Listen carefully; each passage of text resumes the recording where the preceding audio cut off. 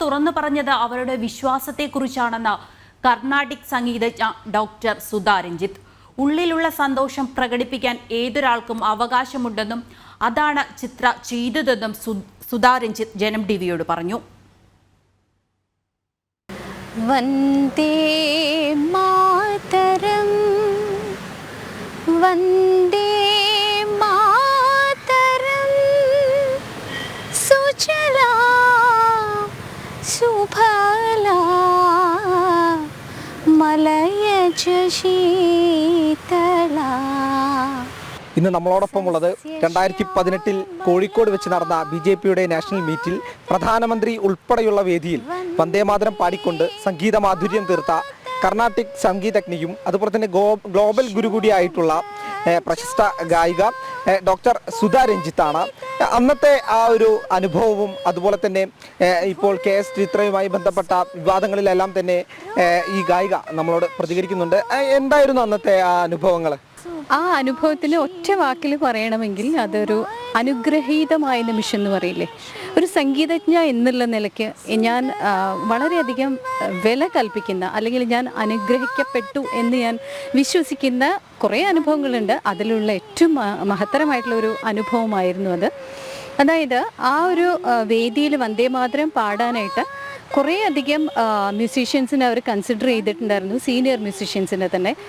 ഭാഗ്യവശാൽ അന്ന് എന്നെയാണ് അവർ ഫൈനലി സെലക്ട് ചെയ്തത്. അത് നോർത്തിൽ നിന്നൊക്കെ വന്നിട്ട് അവരുടെ മുമ്പിൽ പാടി, അങ്ങനെയൊക്കെയാണ് എനിക്കതിൽ സെലക്ഷൻ ഫൈനലി കിട്ടിയത്.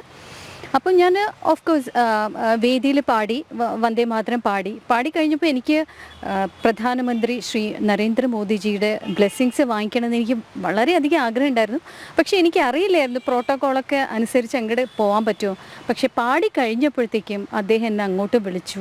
അതിൽ തന്നെ മനസ്സിലാക്കാം എത്ര വലിയ ഒരു പ്രതിഭയാണ് അദ്ദേഹം എന്നുള്ളത്. അതുപോലെ തന്നെ ഏറ്റവും പ്രധാനപ്പെട്ട ഒരു വിഷയമാണ് ഇപ്പോൾ KS ചിത്രവുമായി ബന്ധപ്പെട്ട് നിറയെ വിവാദങ്ങൾ ഉണ്ടായിക്കൊണ്ടിരിക്കുകയാണ്.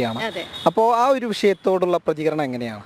അതെ, അതായത് എല്ലാവർക്കും ഓരോ വിശ്വാസങ്ങളുണ്ട് അല്ലേ. മോനായാലും ഞാനായാലും നമ്മളെല്ലാവരും മുന്നോട്ട് നയിക്കുന്നത് നമ്മളുടെ ശുഭാപ്തി വിശ്വാസമാണ്. ആ വിശ്വാസത്തിന് നമ്മൾ എക്സ്പ്രഷൻ ഉണ്ട് അല്ലേ. പലരും പല കമ്മ്യൂണിറ്റിയിലുള്ള ആൾക്കാരുണ്ടാവും. എല്ലാവർക്കും അവരുടെ വിശ്വാസം എക്സ്പ്രസ് ചെയ്യുന്നത് പലതരത്തിലുള്ള ബോഡി ലാംഗ്വേജസിലൂടെ. പ്രാർത്ഥനകൾ പലതരത്തിലുണ്ട്, അല്ലെങ്കിൽ പ്രാർത്ഥനാ ഗീതങ്ങൾ അല്ലേ, പ്രേയേഴ്സ് പലതരത്തിലുണ്ട്. അപ്പോൾ നമ്മളുടെ ഒരു വിശ്വാസത്തിന്, അല്ലെങ്കിൽ നമ്മളുടെ ഉള്ളിലുള്ള ഒരു സന്തോഷത്തിനെ എക്സ്പ്രസ് ചെയ്യുക നമ്മൾ സംഗീതത്തിലൂടെയും. ചിലപ്പോൾ അത് രാമൻ്റെ ഗീതമായിരിക്കാം, ചിലപ്പോൾ കൃഷ്ണൻ്റെ ഗീതമായിരിക്കാം, ചിലപ്പോൾ ജീസസിൻ്റെതായിരിക്കാം, ചിലപ്പോൾ അള്ളാഹുവിൻ്റെ ആയിരിക്കാം അല്ലേ. എല്ലാവരും ഇപ്പോൾ അവരവരുടേതായിട്ടുള്ള സിനിമ പാട്ടായിരിക്കും ചിലപ്പോൾ പാടുന്നുണ്ടാവും, ചിലപ്പോൾ ഒരു കർണാടിക് ക്ലാസിക്കൽ മ്യൂസിക് ആയിരിക്കും, അല്ലെങ്കിൽ ഒരു ഗസലായിരിക്കും പാടുന്നുണ്ടാവും. ചിത്ര ചേച്ചി ഒരു രാമഗീതം പാടി അതല്ലേ. അപ്പം മാം പറഞ്ഞ പോലെ തന്നെ അനാവശ്യമായിട്ടുള്ള വിവാദങ്ങൾക്കൊന്നും ഇവിടെ ഇടമില്ല.